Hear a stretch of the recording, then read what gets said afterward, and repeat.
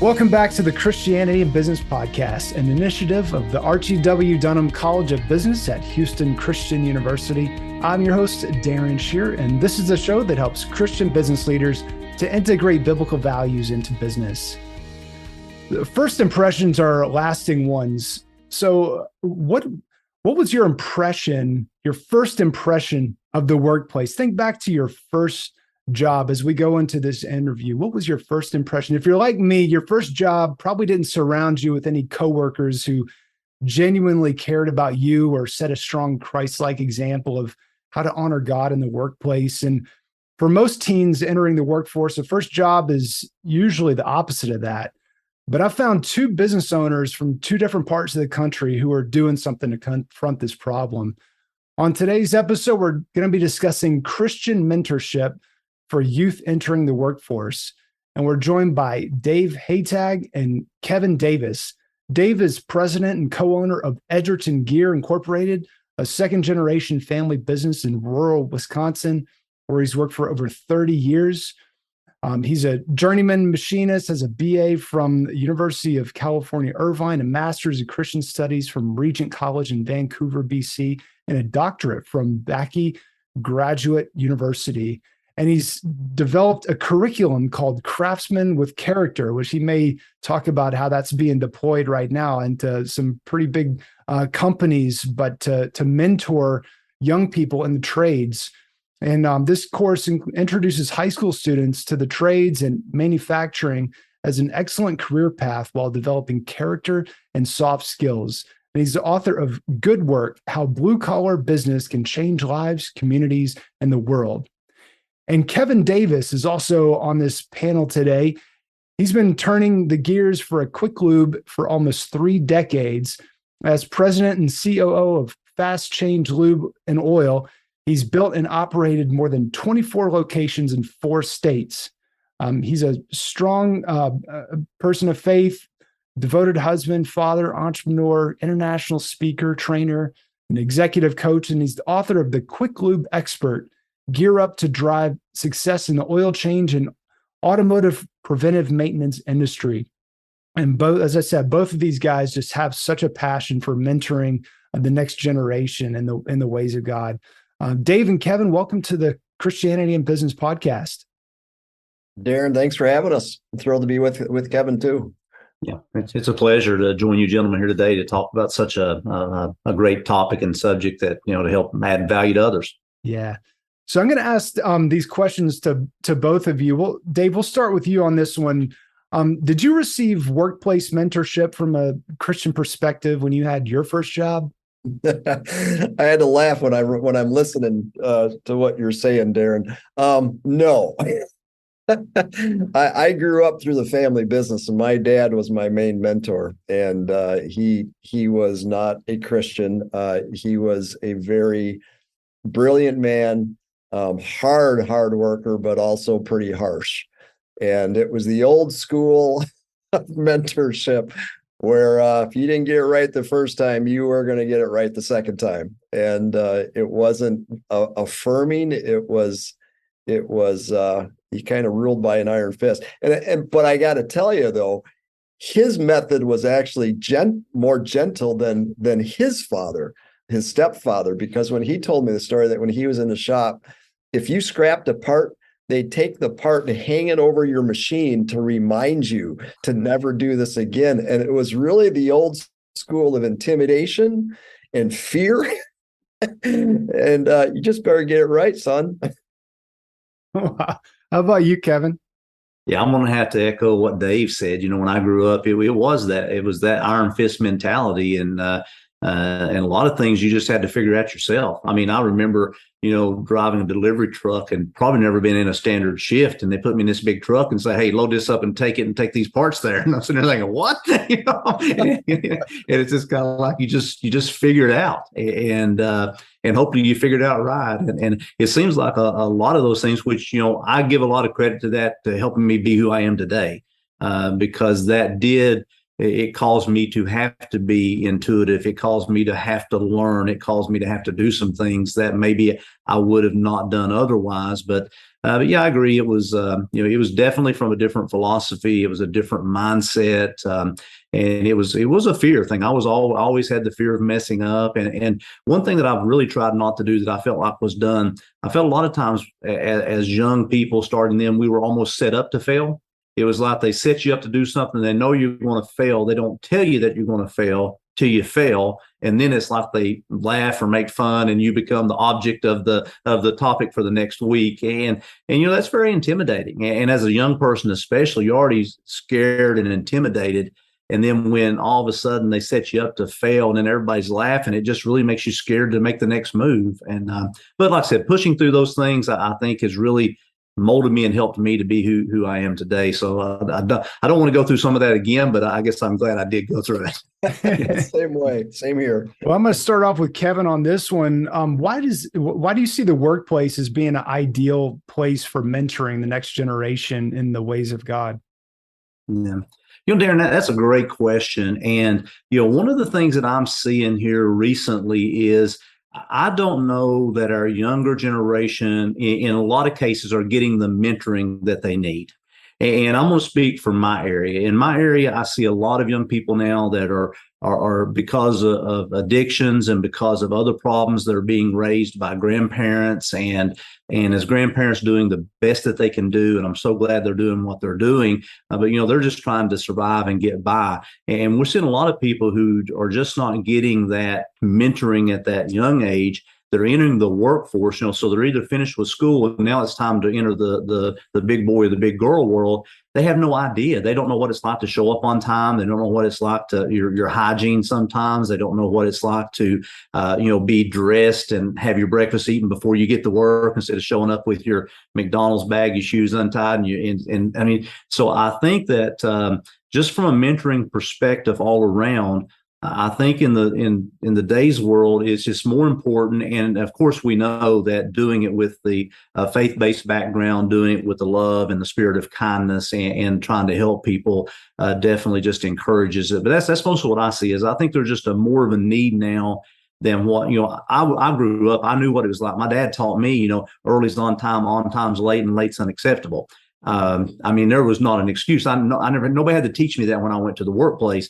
But today, people don't know that. They show up 5 to 10 minutes late and think that's acceptable because nobody's taught them that in the past. And so, and once again, I don't want to throw anybody, but I just think that's the society as a whole today is we've kind of got to that place that people just need those mentors. Yeah. You used to, as a young boy, at least in the Hebrew culture, you would come up in your father's shop, like Jesus, familiar example, Joseph Carpenter. So Jesus would have been mentored in the workplace. But now, as I said at the beginning, if you're like me, a lot of us, we come into our first job is like in the restaurant industry or something like that. And you're around a bunch of people that really just very godless, very hedonistic. And that's, so, it's a blessing that you did have fathers that really kind of ingrained in, at least, maybe in a little bit of an extreme way, some of those values that are just really missing from the culture today. Dave, why don't you go ahead and answer that question? Why is the workplace an ideal place for mentoring the next generation in the ways of God? Well, what Kevin said, I totally back that up here up in Wisconsin. I think it is nationwide where our society is so fragmented and broken. And young people are desperate for direction, for that sense of purpose. People often say, well, why would we want to be a mentor? And why would a kid want to listen to me? And I said, you have no idea how these young people want to be mentored. They want direction. They want someone to be their friend. The world is a scary place right now. When Kevin and I were growing up, I thought it was scary then, but I could not imagine. I don't think anybody could imagine where we're at now. And COVID has contributed to it. Shut down. We cut ourselves off from each other. It's the great retirement or people pulling out of the workforce, but there's a sense of isolation where students, and I just got through an interview in a young black man an hour before I came here. He saw a murder. Just one of his friends got shot right in front of him this last year. And he said he's never really had a mentor except for an uncle that he sees maybe once a month. And so when I teach our course, which we'll get into later, I am blown away of how open these young people are for somebody to pour into them, right? So when you have that expectation that when you're talking to young people, they want that connection. I often say that there are two things that we all need as people. And I don't care what age you are, from time not when you're born, but as soon as you start having some coherence of life, all the way to the end of life, we are desperate. God has wired us to have a sense of purpose and a sense of belonging, a sense of community. And the workplace is ideal for that, because if it's done right, we can have mentoring cultures where we give these young people a sense of purpose, of something bigger than themselves and than just playing the video games or whatever, just living for themselves. And also in a sense of community, of healthy relationships. And I've got young people in our shop that we work with that say, why would I ever want to leave here? Because this is the first time in my life I feel loved. I feel a sense of community. I feel a sense of purpose. This is family. And I think it's a really reflection of what the kingdom is supposed to be for us. And often they don't get this in church, because church, we often go to church and we learn stuff, and we may have a connection, but we are wired to work, and we don't go to church 60 hours, 50 hours a week, right? We go to the work world. And that's where we live out our God expression of who he made us to be. And so therefore, that's the place that we need to be mentored and learn how God wants us to live and how to be in community with each other. Yeah. I mean, especially at that young, impressionable age, you're just now coming into the workforce. This is going to set the tone for really the rest of your working life. So let me ask you this question, Dave. What are you doing about it? What, from a practical standpoint, how are you mentoring these young people and really bringing your Christian values? I know you're not, this wouldn't be like evangelism type, curriculum or something, but how are you bringing your Christian values into this? So I have a really good friend from Nigeria who kind of helped me understand this question, Darren, a little bit, because people say, do you evangelize them? If you're going to disciple them and mentor them, that means they're believers, right? Well, my friend Dot said, the way Jesus did discipleship, salvation was not a prerequisite for discipleship. That's good. And I went, what are you talking about? And he said, you think of how when Jesus called the disciples, they didn't know what they were getting into, right? But they loved them. And throughout scripture, and especially the Gospels, Jesus is introducing people to the kingdom. And he's not saying you got to pray the 4 spiritual laws before I really teach you and love you and lead you. And that really helped me set the tone and kind of theologically for what we do in our mentoring course. And so what it's called Craftsmen with Character. And we're partnered with the local high schools. And what we do is I get the students one day a week. I go after what I lovingly call the students the worst of the worst. Give me those kids that the schools don't know anything to do with. The counselors are all out of tools. We've tried everything we can. These kids are flunking out. We don't know what to do with them. I said, those are the kids we want. And we bring them into our shop environment, and they get to job shadow, 4 days a week for an hour and a half. And then one day a week, I get them in a classroom, which is our lunchroom. And we really kind of deconstruct their worldview, and we really explore, what do you think is going to make you happy and why? What kind of values and viewpoints are you holding on to that you think are going to make you happy, but they're really not? And after we kind of deconstruct that, then we can kind of reconstruct it and what's truth. And we don't have to get religious about it. We can say, well, you think money's really going to make you happy? Well, let's talk about that. You think power or fame or whatever? And in that classroom, we get to talk about real life and then character qualities that you need that are going to make you successful, that Darren can speak into. I'm sorry, that Kevin can speak into, and Darren, you can too. But then the 4 days a week, they're out on the shop floor or in different businesses, seeing what opportunities are out there for them for a career, especially in the trades and manufacturing. But they're seeing the character qualities that we talk about in the classroom modeled. and really exemplified in the relationships of the mentors with them. So it's really about friendship. We set the table about the character qualities that we all need to just be successful in life, but then they see that, modeled every day with the older people that they're working with. So the schools are embracing it wholeheartedly because it's not, we don't use religious language, but it's biblically based. It's all truth based. And the schools are desperate for it because we all want good people. We want good students. We want good workers. And goodness is God's superpower. And it is how we need that in our society even to function. And our breakdown of society is starting to wake up and realize, goodness is a real thing. And we need to impart that into our young people for all of us to be successful, for civilization even to exist. Yeah, awesome. And Dave, they're in bringing your program into school. I mean, you've got this direct relationship with schools. Kevin, they're inviting you to come in to speak to the students. Tell us, what are some of the things that you've been doing, Kevin, to really connect with this next generation in the workplace? Absolutely. And so we're kind of doing two different things right now. So we have a mentoring program in the workplace that's really not even identified as a mentoring program in the workplace because we're an entry level job that people come right out of school or whatever, just looking to get started. And, they're just looking for, whether it be fast food or whatever, they're just looking for something until they get them to the next one. And so what we started doing several years ago is we started focusing on the core values. We started focusing on our mission and our vision.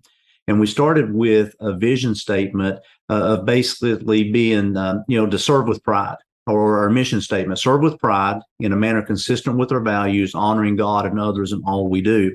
And our vision statement is to simply be the best place anywhere that a customer can go for preventive maintenance services or an oil change while adding eternal value to those we serve.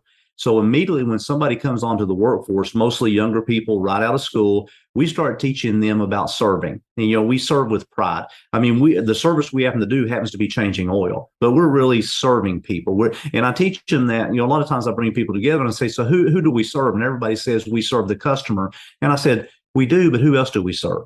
And I say, we serve one another. We serve our clients. We serve our vendors. We serve our communities. So you start teaching that serving, and then we start teaching them, how do we serve? We serve with pride. And then that's an acronym for our core values, which is professionalism, respect, integrity, discipline, and excellence. So when we go through those, I have a scripture for each one of those. So I know what my faith base behind each one of those, but we don't really say that. We just teach them how to live that out. We live that out by representing yourself well in professionalism, by respecting one another, integrity, doing the right thing no matter what the consequences are. Just going through these different things. We go through each one of those values. And so we're really not teaching as a faith-based, but we're teaching the principles and the values to live that out. But I tell everybody, if you live that out, if you serve with pride in a manner consistent with our values, honoring God and others in all we do, will you fulfill the vision of being the best place anywhere that customers can go for an oil change or other preventive maintenance? And will you add eternal value to those we serve? And I even asked my team, I said, so you can quote all these different values, you can read them off, but what I want to do is I would like to be able to see this when I walk in the shop without you saying it. Yep. And so they identified 20 values that would pick out all 5 of those. And we've actually got them listed on a board that if I see you doing this, I know you're living that value. If I see you doing that, they actually come up with all those themselves. So now that's how we do. And what we do is we catch people living the values, and then we acknowledge that they're living the values. So it's more or less not, it's faith-based, but it's not, like I said, it's discipleship. It is teaching them to just be good people, to do the right thing, to help others and serve others. And as they start seeing the results of that, all of a sudden, then they see, wow, this is pretty good. So that's one of the things that we do in the workplace. And then I've been working on a curriculum to start in the school system before they come. And we've got approved to get started in the school system and start with, some juniors or seniors and meet once a month and start this program to kind of start preparing them. What does it look like to be professional? What does it look like to have respect? And I'm basing everything on these core values of pride because I think those are key no matter what. one of the things that I'm working on, one of the books that you and I'll probably be doing soon is achieving 5-star results by serving with pride, because everybody is looking to get a 5-star review from somebody on something. How do we get 5-star results in everything we do? We do it by professionalism, respect, integrity, dependability, and excellence. And so that's kind of the model that we use. And the thing that amazes me, people start in this career thinking, okay, this is a job that I can just walk into and I'm going to move on to something else. And now we have people, my regional directors of operations who pretty much run the company, started out as part-time lube techs that now run this company. And most all my store managers started out as part-time lube techs that thought this was just a dead-end job that's going to move on to the next one. And since then, they've been with me 15, 18, 20 years that have, they bought their first car, built their first home, had their families. So I think that mentoring starts at a level, and I'm not doing this mentoring. I mean, I can't take credit for this because, we got, 20 plus locations across 4 states, but we've taught our teams how to mentor and how to develop and how to do that. So they're really the ones that have put the feet on the ground to make this happen. Yeah. Gosh, it's so exciting what you guys are doing. Kevin, tell us, what are some things that you really ought not to do, really ought to avoid doing when you're mentoring young people in the workplace? To me, I think you've got to be open to listen. I mean, I think if you go start just trying to tell them this is the way and this is the only way, they're going to put a wall up immediately. And I think especially in today's culture, we can't go in this world, we can't go out in this workplace now and just say, hey, this is the only way. And what I like to understand, if somebody tells me they think something should be a way or they think it should be this way, I usually start off with just asking the question, okay, tell me a little bit more about that. Why do you feel like that's the right way? Why do you feel? And typically by asking those questions and just letting them speak, eventually you'll speak into what you need to say to them. And all of a sudden, then it becomes their idea instead of your idea. Mm-hmm. Because if they say, X, Y, Z, and then all of a sudden, well, how do you think that would make somebody feel if we done that? How should we do that? Mm-hmm. And so you're telling me that if we done it this way, it would work better. Oh, that's a great idea. I'm glad you come up with it. And so it's coaching. It's pulling inside of them what they need to do, because the moment that I've seen in today's society, the moment now you tell people to do it one way, this rebellious thing kicks up. And I think you've lost them. I think you just have to be open-minded. And I have the hardest time with my son. Oh my goodness, me and him, we butt heads because I tell you everything to do it the right way, but I do it wrong with him, I think, most of the time. Because he said, you're a terrible teacher, Dad. Yeah. He said, you get over and tell people how to do this and you're really blowing it. And I thought even, when I look back, I almost messed up with my son. Earlier in the show, I mentioned to you about what kids are coming into. And I about messed up with my son. And I didn't even know I was doing it because I had not invested in my son the way I should have, like my dad did me, teaching him how to do things. And I thought I was making it better for him. I thought I was doing the right thing for him. I was doing all these things. And all of a sudden, COVID hit. When COVID hit, we're locked in the house. I'm not traveling. I'm home again. And all of a sudden, I'm taking my son out and say, hey, let's go up to the barn. Let's go up and weed eat. And my son looks at me and says, I don't know how to start the weed eater. And I'm sitting here thinking, what? How do you not know how to start a weed eater? And then he says, you never showed me. And then all of a sudden my wife said, do you not remember you've been leaving on Mondays and coming home on Fridays and you've been paying somebody to do this stuff and all this stuff? And I got to thinking, why are the people in my workplace that are, and it's not that they're bad people. And it's not that I think we got so caught up in society that we forget what we teach. So COVID for me spent that time. My son learned so much in those 12 months that I was home.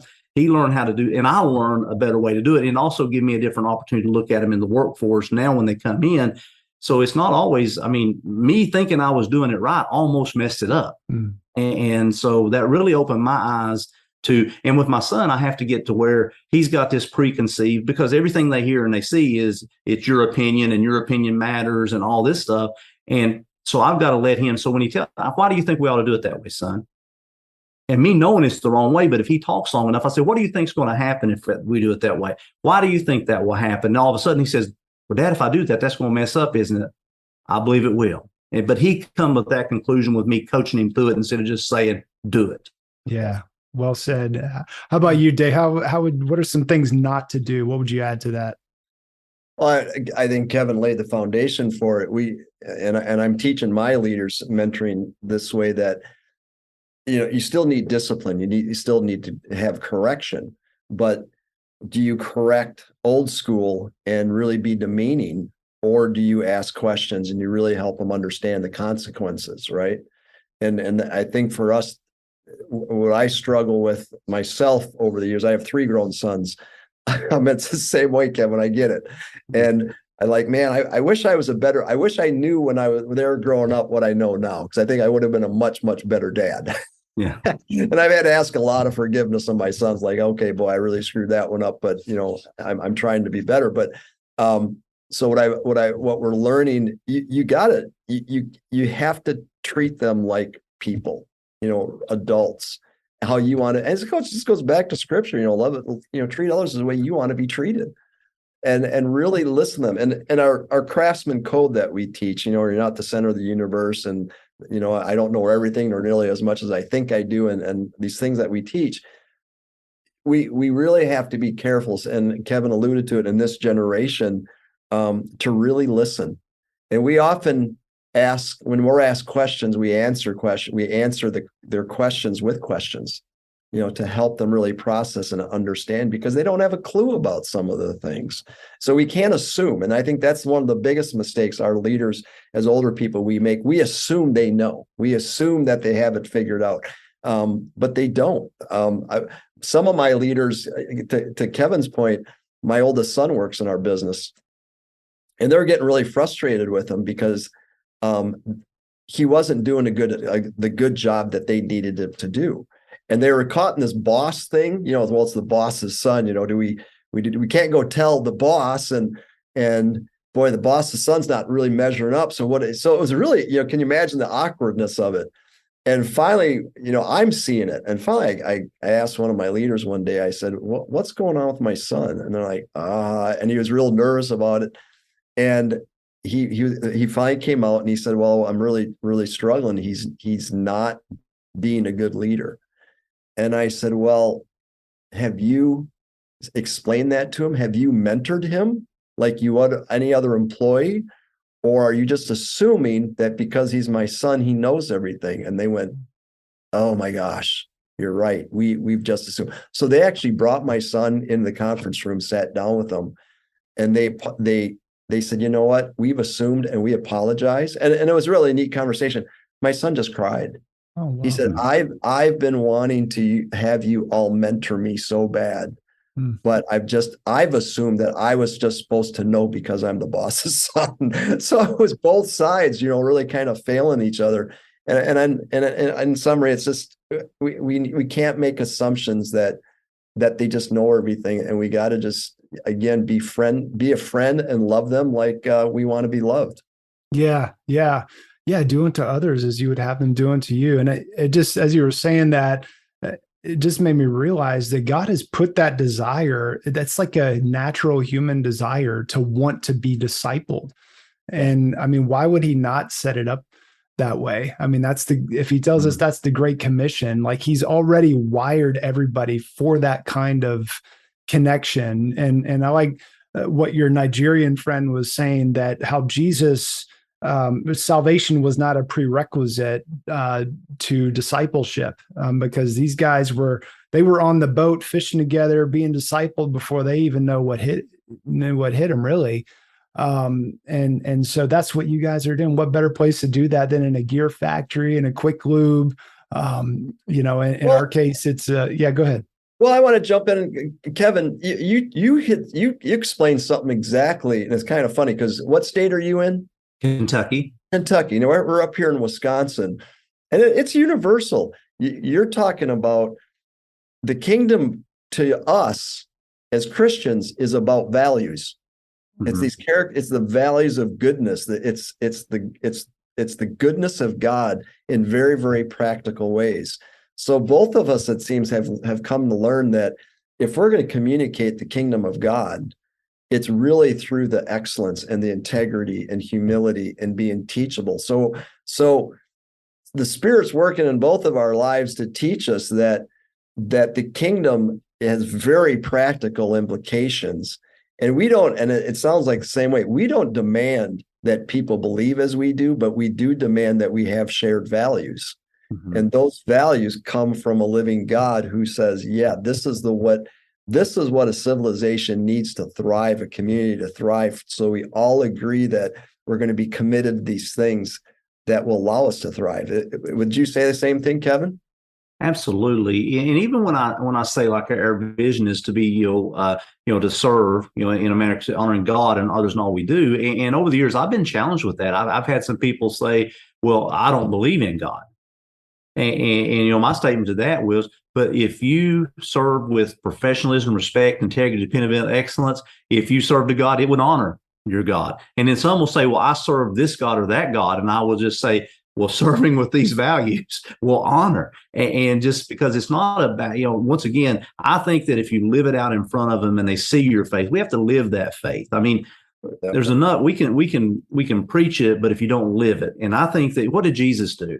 I mean, Jesus fed people when they were hungry. He clothed them. He done the things that needed. He met their need before he started teaching them the lesson. And I think that's what we have to do, is we've got to meet their needs. And then all of a sudden, why are you meeting my need? Because it's the right thing to do. Why? Because God has met my need, and I feel like I need to try to meet the needs of others. So all of a sudden, we're living that faith out instead. I'm a pastor as well, so I preach from the pulpit on a regular basis. But I can tell you that my ministry has been far more effective out in the field without preaching a sermon. And some of my buddies will say, "We understand. We've heard you preach." So, but I think it's living it out, and those values are good no matter. And those values are not offensive. Because sometimes when people think that you're coming, especially, we live in the Bible Belt, right? We live in the belt buckle of the Bible Belt, and we'll beat you with the belt buckle if you don't believe the way we do. So people have got to that thing. They put up a wall immediately when you say something about that. But if you just start living it out, and then they start asking you questions, so why are you being so kind? Why are you doing that? Then you can share your faith and what God has done for you. And because he's done that for you, you're doing it for others.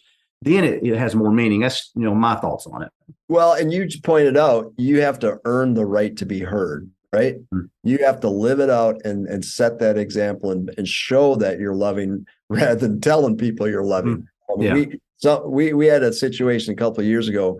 A couple of employees were turned out to be some of the worst employees we ever had, who were very open Christians, and they're beating everybody up with scripture and telling everybody how they needed to believe. But you couldn't feel any love from them. And we got a bunch of guys in our shop, in our blue collar shop, that they have no faith whatsoever. And I've spent a lot of years trying to learn people's respect and show them what we care and that we love. And a couple of these guys that were just so obnoxious about their faith really set things back a ways, because they didn't live it out before they were speaking it. I agree. Wow. Yeah, because once you have that relationship and you're discipling somebody, they know that you really actually care about them, and now you want them to, get on board with whatever your worldview is, or even just, hey, what do you think about going fly fishing? Like, what do you think about taking up this hobby, or what do you think? I mean, what do you think about Jesus? Well, hey, if it's good enough for you, must be good enough for me, like that's certainly not always the case, but without that discipleship, and that's the model of Jesus, discipling them first, and then giving them, putting those harder decisions in front of them. Certainly there were hard decisions they made early to, drop their nets and follow and everything. But, there's just such power in establishing that bond with a person through discipleship. So I know that both of you guys have other business owners, other peers in your industry and other industries come to you. They see what you're doing and they say, I got to be doing something like that. What do you tell them to really get going with that? Dave, we'll start with you. Well, Kevin, I don't know what your world is like, but it's probably a lot like ours. The world's in a hiring crisis. Manufacturing, the trades are absolutely in a crisis of having folks come in and replace an aging demographic. So I talk to a lot of business folks that are going, hold it, how in the world is your average age in your shop only 28?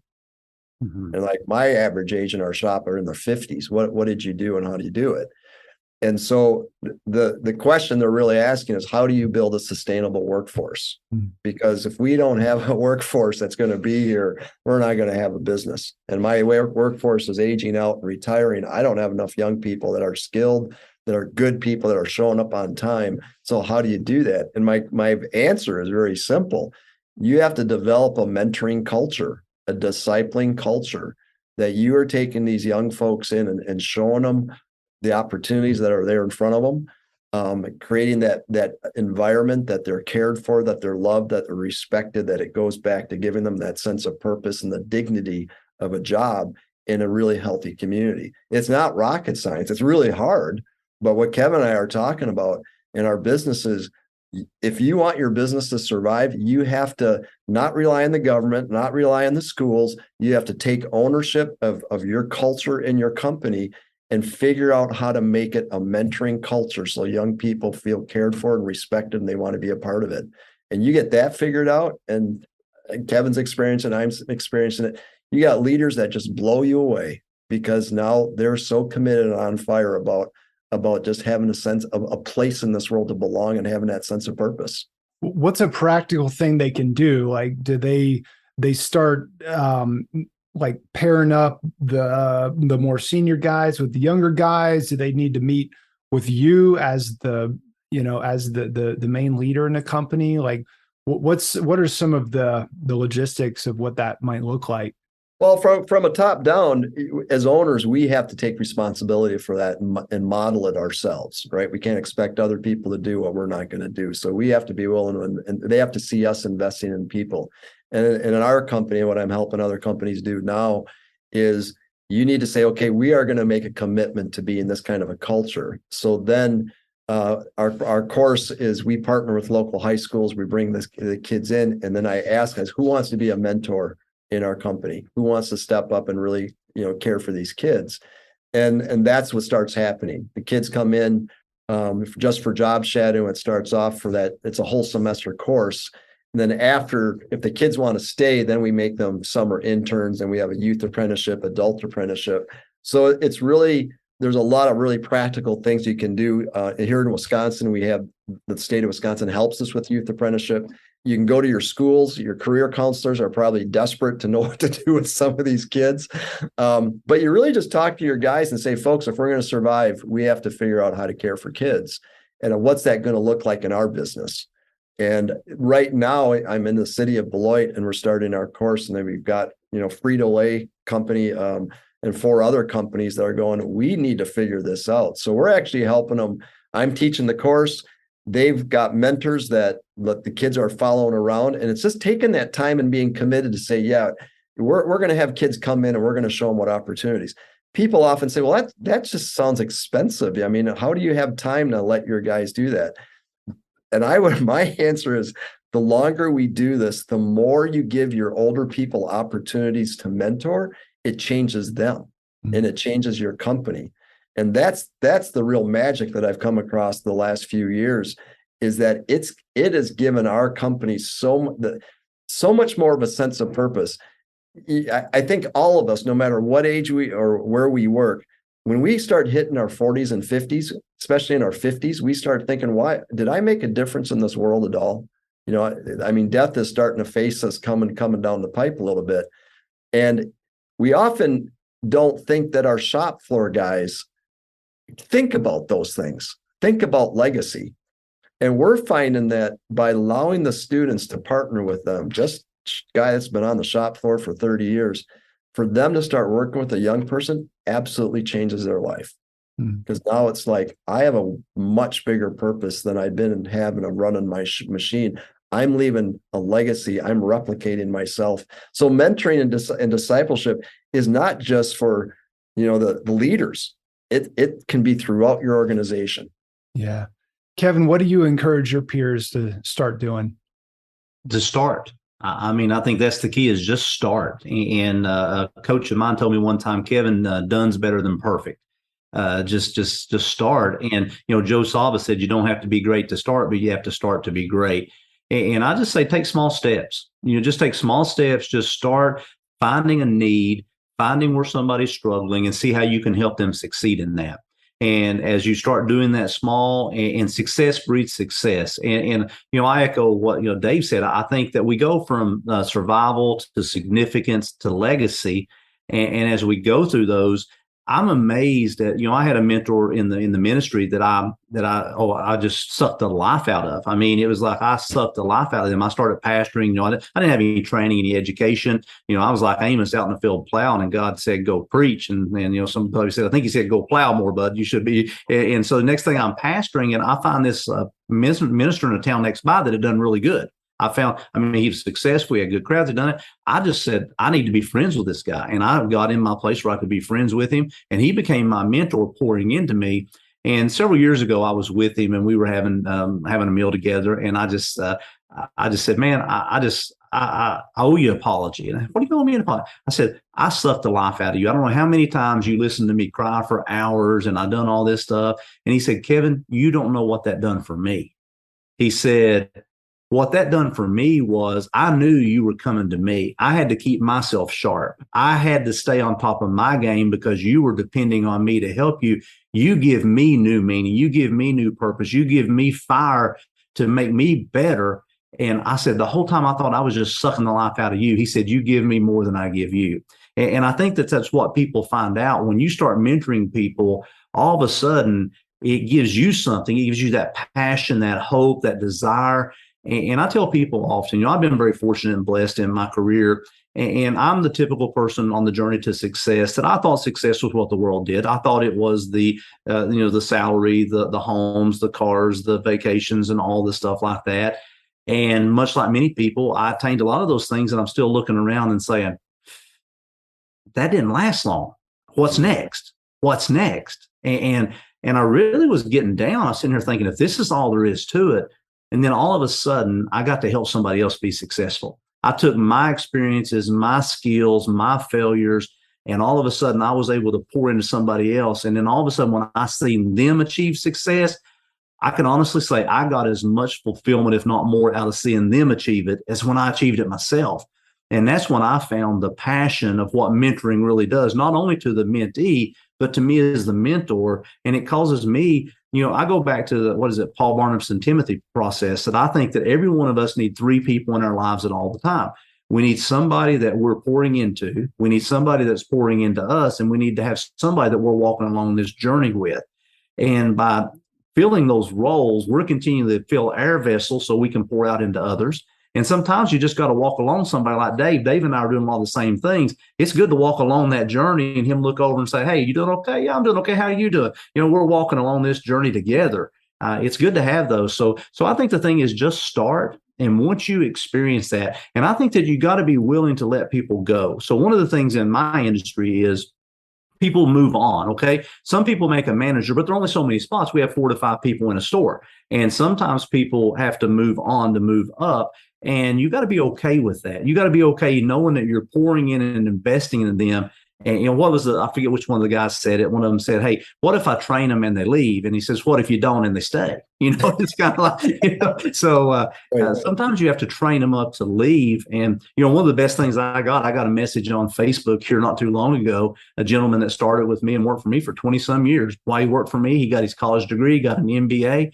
I get a message out of Facebook from him, and he says, hey, just wanted to let you know, I just got recruited to run a $50 million a year company. I went in, I was very overwhelmed. I was scared to death. I started serving with pride the way you taught me. I started using those values. It's amazing to see how things have changed. Thank you for investing in me and teaching me to serve with pride. That right there was worth more to me than any kind of check or bonus or thing, because that made a difference. So to me, that is and I like to share that with people. Just start.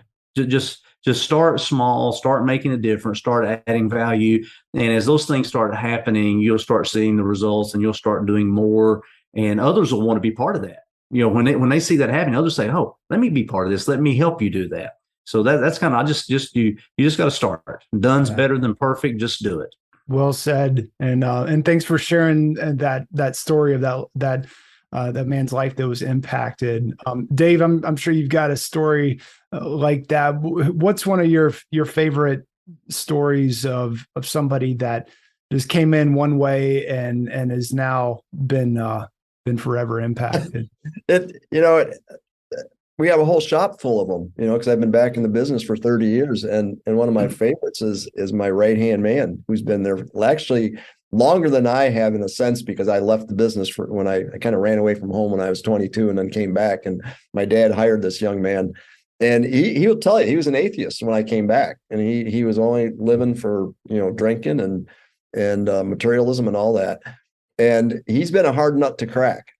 And over the 30 plus years now, he'll tell you, he goes, I moved from, I didn't believe there was anything out there, to there's something out there, to, man, I should have gone to church, because I missed out a lot of learning some stuff. But to see the transformation, and Kevin, I really appreciate it. I just love listening to you, because one of the things that you reminded me of is, and Darren, I hope your audience is getting that this is exciting stuff.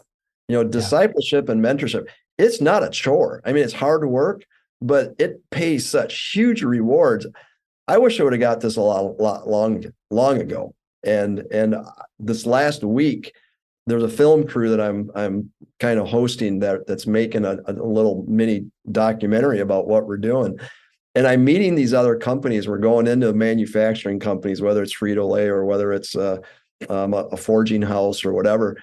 And I'm seeing these 30 and 40 some year old guys who are the mentors, who are allowing these kids to come in and job shadow.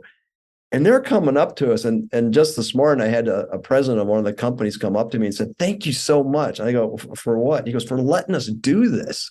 He goes, "This is life-changing for us, that we get to be with these kids and give them a path and invest in them."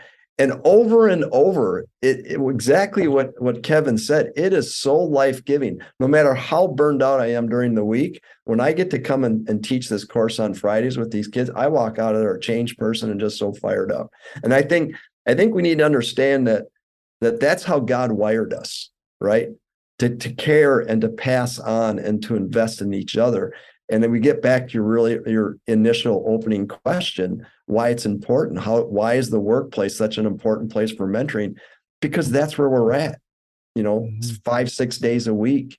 That's where we spend our lives. And that's the way God wired us, is to what Kevin said, to serve in any capacity.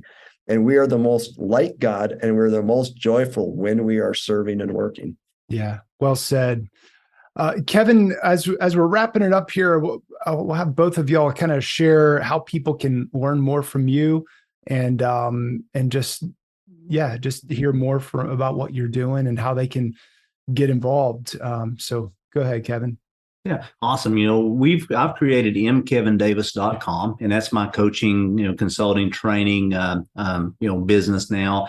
That, we work with other owners, operators, help people in various aspects of whatever business may be. And we're also working on our Line Chart Navigate program for the schools that we're trying to get out and get started out into that. And once we get that, we plan on creating a curriculum through that others can be able to pick up and just, take that cookie cutter and take it to apply their experience and their principles to that. So, pretty much mkevindavis.com is my website. I'm on social media. In the Quick Lube industry, I have Quick Lube Expert, and we just, finished the book with you, the Quick Lube Expert, which done really well. Appreciate all your help in making that such a success. And so in the industry, in the Quick Lube industry, we've been helping a lot of people through that. And so we just, we're available to help. My heart and my passion is just help others. I mean, that's my goal in life, is just to help others be successful. I help others find their purpose, find their calling, and help them. My life quote or my theme is: life is a journey of aligning your dreams, charting your course, and navigating yourself to the purpose-filled life that you're created to live. And along that journey, if I can help anybody along that way, I'd love to. If you just need an ear, just need somebody to listen to, somebody bounce some ideas, we'd love to be there to kind of help you and share our experiences. Certainly don't claim to have the answers, don't know it all. But sometimes you just need somebody to walk alongside of you, and we're willing to do that. Awesome. How about you, Dave? Our website is craftsmanwithcharacter.org. It's got some videos on there. It kind of introduces our curriculum, the whole plan. It's kind of from a student's perspective, teacher's perspective, a parent's perspective, but a business perspective. And our vision, I feel like God's called us to really help scale this up so we can help other communities. Because if we can help, and the vision is really, if we can go into a community and help really bring together the business community and solve this hiring crisis of developing a sustainable workforce in partnership with the local schools, kids' lives, our communities are completely turned upside down, right? And so anything we can do to help that, where I'm at right now is a larger industrial city. So this is our first attempt in how that could impact, and the excitement is kind of blowing us away. We have smaller communities. I got one in nowhere, Kansas right now that I'm working with to see how, your local trades folks, contractors like HVAC, electricians, plumbers, small businesses can also do this. But it's a really community-wide thing. So we're experimenting with how we could really expand it and just see what God wants to do with it. So feel free to take a look at the website, reach out to me in any way I can. I'm like Kevin, we're called to serve any way we can and however God brings into our lives. Beautiful. Dave's website, again, Craftsman with Character. That's Men, craftsmanwithcharacter.org. And Kevin's website, mkevindavis.com, and also quicklubeexpert.com. Kevin, Dave, thank you so much for, I know it was a scheduling adventure to get us all together, but I'm so glad it worked out. This is so critical, so important, and I appreciate what you're doing for the kingdom. Thanks for sharing with our audience today. Thank you. I really appreciate both of you all and the passion and energy you have to make a difference in the lives of others. Hey, yeah, Darren, Kevin, this has been a real treat. I just love listening to you both, and it's just a real honor and privilege to be a part of this. So thank you. We hope you've enjoyed this episode, and if so, we would greatly appreciate it if you'd leave us a quick rating and review for the Christianity and Business podcast on iTunes. You can get more information about HCU's Center for Christianity and Business and sign up to receive free access to all issues of the Christian Business Review Journal by visiting our website at christianityandbusiness.com. Thanks for listening, and remember to keep integrating biblical values into your business.